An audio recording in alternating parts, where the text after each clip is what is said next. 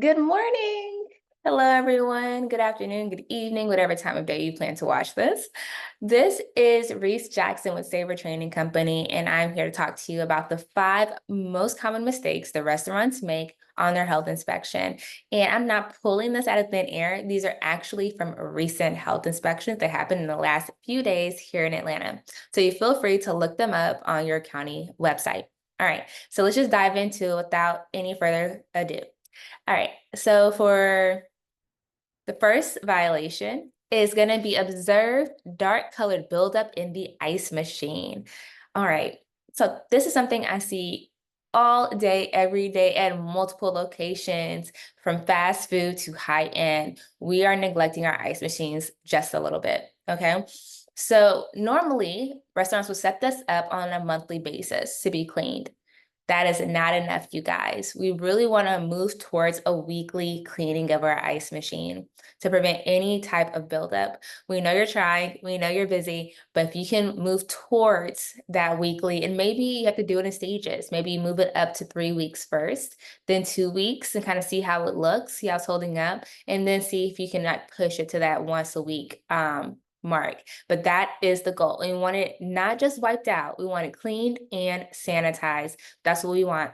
If this is too much for you or your staff, do not be afraid to hire an outside vendor to do this for you. If you have hired an outside vendor, leave them in the comments below so that they can, gain some more clients. If they're already doing such good work for you, why not help them out and help out all of my viewers get a reliable person to clean their ice machine? They don't have to worry about it anymore. All right, and that is 4 points here in Georgia for having a dirty ice machine. So if you want to take your score from a 96 to a 100, this is something you can do. All right, next we have observed the most recent health inspection report not being posted. So this happens a lot, especially with really busy restaurants, right? We'll get an inspection, we'll say thank you, be polite. However, we forget to hang this new inspection into that beautiful frame by the door. This also happens when we're doing major renovations, like painting a wall or taking a wall out of the restaurant, right? We'll forget to hang our things back up after everything is painted and dry. So if you're going through any type of major changes in your restaurant or redesigning anything, make sure that your health inspection has a beautiful place by the door. Okay.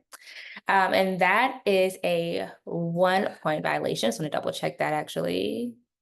Yep, a 1 point violation. So it's not too big of a deal, but we still want to make sure we stay on top of it because our goal is always a 100. Next, we have failure to properly store and use utensils correctly. So this is also very common. A lot of times when we're busy, we're not paying attention to how we place a utensil inside the food. So the lip contact portion or the portion that comes in contact with food should be submerged in the food, but the handle must stay extended above the food. This means the part that I grasp with my hand never comes in contact with the food. If there's any evidence of this happening in your restaurant, I suggest taking the utensil out, sending it through the dish to be washed, rinsed, and sanitized, and using a new utensil while that one's air drying, because we always air dry, right? Okay. Next one is number 4. And I know I'm going to do this really fast. If you have any questions, please feel free to put them in the chat or in the comments below, should I say. So for number 4, observed a failure to maintain non-food contact surfaces clean to sight and touch. All right, so there was some grease buildup, some debris on equipment. So equipment can be the outside of your coolers. It can be the handles on different equipment.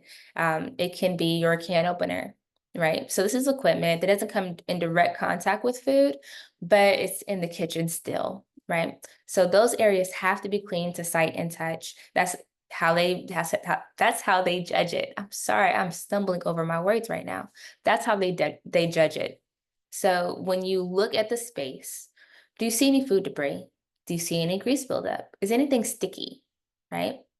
So before a line cook or prep cook is allowed to leave for the day, server, bartender, wherever your position is allowed to leave for the day, look at their area. Do a little white glove test. Does anything come up? Is anything greasy, dirty, contain a lot of buildup? It might be time for them to take an extra 15 minutes to just clean up after themselves before they leave for the day. Usually doesn't take long. Next, we have observed failure to maintain facilities being clean. So along the same line as the previous violation, is your walls, ceiling tiles, floor, coving, is it clean to sight and touch? So the facility is going to be like the building structure. Where we're talking about equipment are things that we use, like a can opener around the kitchen. So they're two separate violations. And these types of violations happen a lot where they're almost identical, right? So people are like, why isn't this the same thing? But it's not, right? It's a little bit different when we're talking about, are the walls, ceiling tiles, and floors clean versus is the equipment clean, right? So it's 1 point for the equipment and then 1 point for the walls. So when we are doing our checkouts, it's important that we are paying attention to how everything looks, smells, feels. Use all 5 senses to determine, is it clean to sight and touch? Another thing you can do here is implement an effective cleaning schedule. If you have a master cleaning schedule, that should be in your hand every single day. Something that you're constantly using. It should be a living document that changes as you purchase equipment, discard old equipment. As you change up your menu items, you might not need equipment anymore or may not need to be cleaned as much. So this is a living document that you're going to use every single day to make sure your building stays as clean as you would like it to be.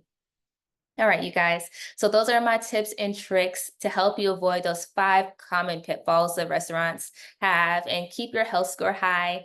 If you would like more one-on-one with me, please feel free to follow me on social media, on Instagram, on Facebook at Savor Training. You can also visit my website, savortraining.com, to book a mock health inspection or to book your ServSafe class, because a lot of this is taught in a ServSafe program. It's an amazing program where you can learn all about the safe handling of food, about foodborne illnesses and prevention, and facility design equipment. That's one of the topics we talked about today, right? So if your team needs a little bit of extra training, please feel free to reach out, and I look forward to working with you. All right, have a great day. Bye.